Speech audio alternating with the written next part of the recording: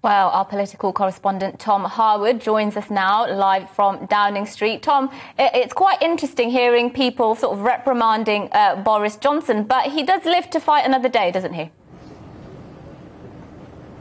He certainly does, and it doesn't look like there'll be a clinch point of danger for the Prime Minister until we get to the conclusion of the Metropolitan Police investigation. The other slight question mark is over those 5th of May local elections. Potentially that will be another point of contention, but for the moment it looks like the Prime Minister is safe. That really dangerous point for him that we saw a couple of weeks ago when we heard about that coup of 2019 MPs, when we were going into that Prime Minister's questions, the first one after the revelations of the party, albeit the party that didn't involve the Prime Minister but did involve his staff, the night before the funeral of Prince Philip. Now, it does seem that fraught temperature, the raised temperature that we experienced in Parliament 2 weeks ago has dissipated, that MPs are more on side now, that MPs are listening to the Prime Minister's promise to change the way that Number 10 is run, to listen more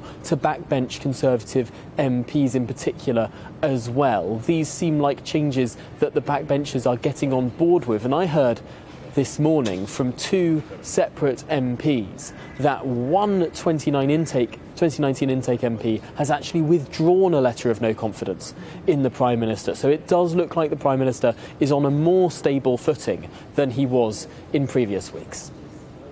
Well, it's interesting because he does seem to be sort of hanging on in there, and he does seem to... I have a feeling that he might even survive it even after Sue Gray's report.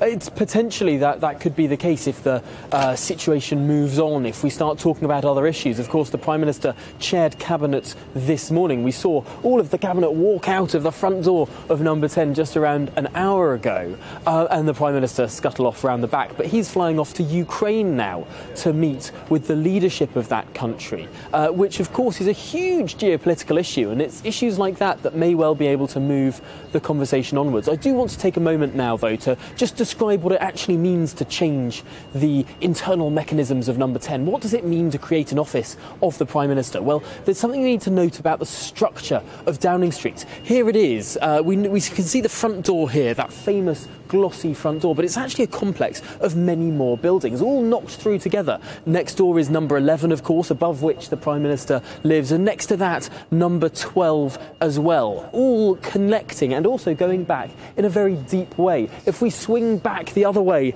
as well now, we can see that it actually goes through and connects to Whitehall and Number 9 Downing Street. And what's the point about this is that the current permanent secretaries exist in Whitehall, so they're all the way over there rather than in this building, and having civil servants accountable to them in this building. So moving the leadership structure from all the way over there on Whitehall back into this building here could be a positive change for culture and accountability. Wow, I've never seen it like that before. Thanks to that. It's literally a mansion, isn't it, with loads of windows and extremely expensive real estate.